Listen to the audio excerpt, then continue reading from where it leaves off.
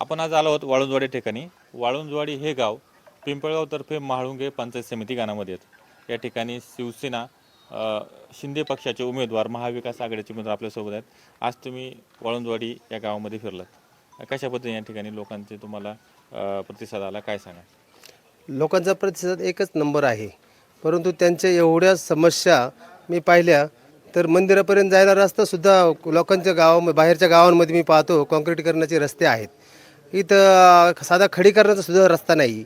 सार्वजनिक शौचालय वगैरे असतील, आत्तापर्यंत ती सार्वजनिक शौचालय कुठं बांधून ठेवलं तिकडे डोंगरावरती, आणि हे लोकांची खूप वाईट परिस्थिती आहे. आज सध्या मी आता पाहत चाललो आहे आणि मला म्हणजे असं निदर्शन येतं ते का रस्ते नाही, गटर नाही, काही नाही, सिमेंटचे रस्ते नाही.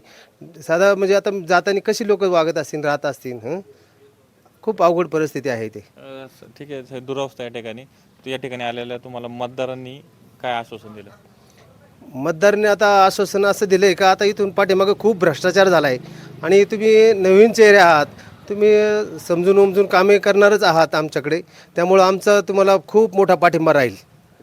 हो, आणि मला खात्री आहे आम्ही निवडून येणार, 100% निवडून येणार, आम्हाला खात्री आहे. आपल्यासोबत या ठिकाणचे काही मतदार आहेत झाल्यात की कामं नाही झाले, असे रस्ते नाही, काय नाही गावामध्ये. गावात? हां, आता हा नवीन उमेदवार तुमच्याकडे आहेत, काय वाटतं करेल का? आमचं वाळुंजवाडी गाव पहिल्यापासून शिवसेनेला म्हणजे कायम पाठिंबा देत आणि इथून पुढं पण पाठिंबा देईन, 100% गॅरंटी. वाळुंजवाडी गावातून किती आघाड राहील या उमेदवार? आमचं गाव पहिल्यापासून शिवसेना ह्या पक्षाला पहिल्यापासून आघाडी देत आलेली आहे आणि आता पण आघाडी राहील. विजय होईल. हां, विजय होईल उमेदवार. असं या ठिकाणच्या लोकांचं म्हणणं आहे. आपल्यासोबत अजूनही मतदार आहेत. दादा, काय सांगा, ह्या गावामध्ये आज हे उमेदवार या ठिकाणी आले, कशा पद्धतीने या ठिकाणी लोकांचा त्यांना प्रतिसाद राहील, यांच्या मागे लोक उभे राहतील?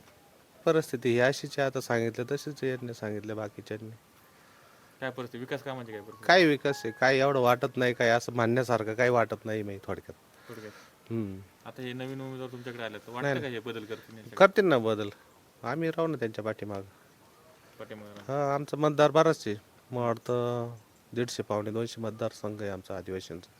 पुढं वाळुंजवाडीमध्ये? हा, वर ठाकरवाडीमध्ये. ठाकरवाडी. हा, ह्या ठाकरवाडीची काय भूमिका राहील ह्या निवडणुकीमध्ये? पुन्हा मागे उभं राहतील? राहतील ना चांगल्या भूमिका. नवीन शहर आले, नवीन कामाची मजा वाटते. आता हे पहिले काय नसतं, काय ती कामं व्यवस्थित करते नाही कामं, का बा हे असं केलंय तसं केलं. आता आम्हाला मस्त सगळी सुविधा केलीत, पण त्याचा काही वापरच नाही, काय ते धडच नाही, व्यवस्थित नाही, काहीच नाही त्याच्यात. आता तुम्ही लालच जाऊन बघा काय अवस्था, म्हणजे काय असं वाटतं माणसाला. नवीन शहरांनी जर चांगली कामं केली मग तर काय हे नाही. आता रस्ता तर बघितला तुम्ही, आता किती वर्ष रस्ता आहे हा. आता होईल, मग होईल, मग होईल.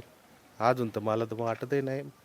मला वाटतं तो रस्ता, मला आठवत नाही तेवढा डांबरी झाला असेल, मला वाटतं तसं अजून नाही. बघा आता हा दिसतो रस्ता, खडे इथे उचलून जाते, इथे उचलून जाते, काय त्याला उपयोग आहे त्याचा? विचार दिली पाहिजे. उमेदवार कसा आहे? नाही चांगलं आहे, त्यांना बोट भेटलं ना मग अशीच मी आत्ता. आम्ही भरपूर हो कामं करणार ना, आणि तिथं आहे ना संमत आहेत तुमच्या तिथं पण. आता या ठिकाणी मतदारापर्यंत पोहोचायचं हे उमेदवाराचं काम चालू आहे. मतदारांचा यांना चांगला असा उत्स्फूर्त असा प्रतिसाद आहे.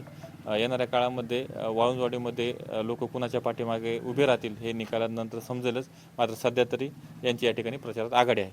अमोल जाधव, पुणे सुपरफास्ट, वाळुंजवाडी.